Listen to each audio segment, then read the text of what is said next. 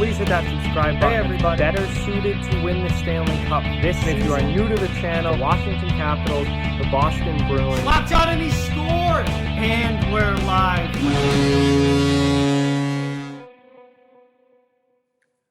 Hey everybody, it's time for another NHL lineup projection here, and today we're going to be finishing up all the play-in round teams with the Chicago Blackhawks. So we still have the top four teams, the round-robin teams to go, but we're finishing up the play-in series teams today with Chicago. So what we're going to do is look at Chicago's roster and just try to piece together a lineup and take a stab at what this team's lineup and roster could look like come the beginning of the play-in series against the Edmonton Oilers. Before we begin, I just ask that you please hit that subscribe button if you're new, and give this video a thumbs up if you haven't already, as that greatly helps out the channel and is very much appreciated.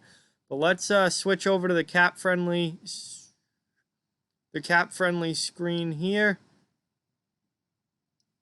and take a look at the Chicago Blackhawks. So this is an interesting lineup. I think, from where they were at the end of the season, they were not going to be a playoff team. Obviously now with the expansion to the possibility of, all 24 teams still playing, and they now have a much greater chance than they did certainly before of potentially making the playoffs. But this is an interesting lineup.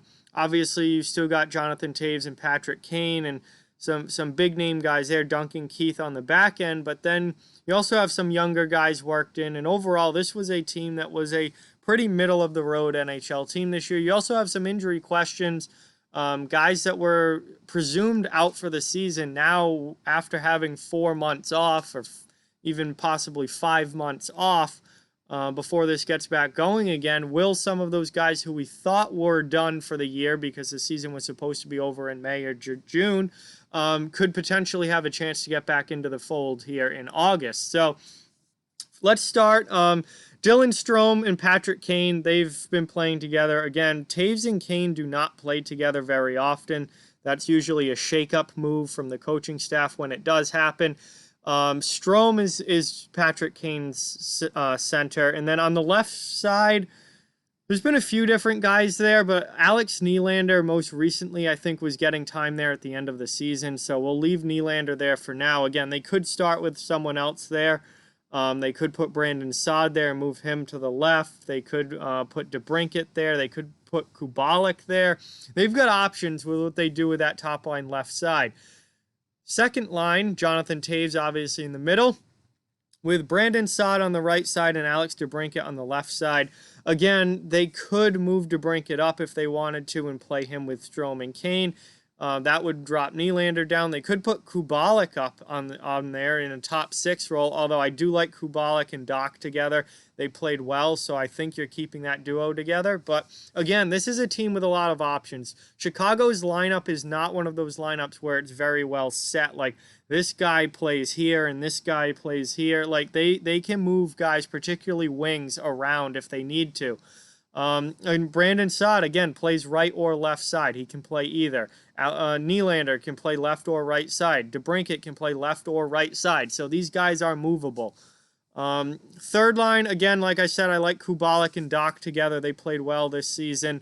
And then I have if Kajula is healthy, I think he goes on the right side there. He can play all three forward positions, including center, but he's best on a wing for sure. And as far as like a third line level guy goes, I think you put him there. And then your fourth line, I have David Kampf in the middle with Ryan Carpenter on the right side and Brandon Hagel on the left side. He got called up from the AHL after the injury started piling up. But then you have these two, and these are the two guys I was talking about as far as injury concerns go. Andrew Shaw and Zach Smith. So they were presumed done for the year back before this whole thing happened and the season was paused. But now I think, I haven't heard a real up-to-date injury update on these guys, but you got to think that one, if not both of them, could potentially be back after having so much time off. And these are veteran guys that if, they are healthy, you could plop into the lineup somewhere. I think Andrew Shaw could certainly become your fourth-line center. I think Andrew Shaw could potentially become your third-line right wing. if you wanted to do that. I mean, those are possibilities if he's healthy. Zach Smith, I think at this point is a much better winger. I don't think you're playing him at center anymore. I think if anything, if he's going to be in the lineup, he's going to be your fourth line left wing, and that would drop the youngster Hagel out. And, that's what it would look like if Zach Smith is in the lineup. But again, those two are question marks because of injuries. So I'm going to leave them out for now and put Hagel in and put Kampf in and Carpenter and those guys. So some other guys, John Quenneville most certainly will be on the roster as an extra forward. Matthew Highmore as well. He'll certainly be on the roster as an extra forward. And then some guys from down in the minor leagues that when the rosters expand could potentially get call-ups. We have Alexander Fortin, Joseph Cramarosa, Anton Wendine, Dillon Sakura certainly I think will get a look. So this team's got some guys that they certainly will be calling up when the rosters expand. Moving on to defense and goaltending. Goaltending's easy. This is Corey Crawford's your starter, Malcolm Subban is your backup, and Colin Delia is most likely going to be the third goaltender that gets a call-up. And on defense, Duncan Keith, still your best defenseman. I think you play Adam Boqvist with Duncan Keith. Young offensive D-man with a lot of potential. Good young player. I think Boqvist plays with Keith. That leaves your second pair, Calvin DeHaan. Again, a guy who was injured a lot this season, but after all this time, hopefully back healthy. DeHaan plays with Connor Murphy. That's your second pair. And then Olli Mata on the third pair, along with, they have options here. Slater Cuckoo could potentially move over from the left to the right side and play there. Nick Seeler, same thing, could potentially move over and play on that side. They do have options. Brent Seabrook, I'm taking out. Again, I don't know. Seabrook's another guy who was presumed done for the year, had a lot of injury issues this year, had multiple surgeries. I think he had 3 surgeries this past spring, or late winter, early spring. So that's obviously not good. Again, though, it's been months since then. So, if Seabrook can potentially play, maybe he does draw into the lineup with Olli Mata as your third line right D.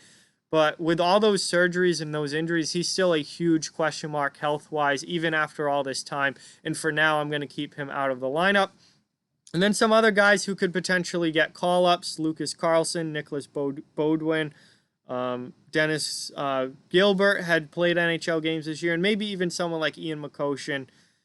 Maybe not likely that we see him, but definitely a possibility. So, again, this overall is a lineup that's a little tough to put together and I think has a lot of moving parts. But as far as, goaltending set, that's easy. But as far as D pairs go, I think this is probably your defense to start with these guys as extras. But then again, Cuckoo, not a guarantee to be in the lineup, to say the least. Someone else, if he has a bad game one, someone else could easily fly in there. And then up front, there's a lot of moving parts up front. Looking back at this forward group again, I think Kane and Strohm, that's a duo you keep together. Doc and Kubalik, that's a duo that you keep together. But Saad and Taves probably stay together. But again, a lot of guys can play either side, left or right. And there's a lot of line juggling that can be done with this team if they need it. And then as far as the depth guys, again, I think that's kind of just up in the air based on health, based on who's available and who's still injured. And again, you've got veteran guys like Smith and Shaw who you could put into the lineup if you needed. You've got younger guys in there now that I have in there, which is basically how they ended the season. And then you got all these really young, guys from the AHL that could potentially get a look as well. So a lot of options up front, decent amount of options on defense. Goaltending's pretty much set, but a lot of moving parts in this Chicago lineup for sure, to say the least. Definitely a interesting, for sure, lineup to look at, and one that the coaching staff can make the necessary changes if they need to. This is, you go into game one with a certain lineup, but if you don't play well, and you can immediately move guys around and juggle those lines very easily.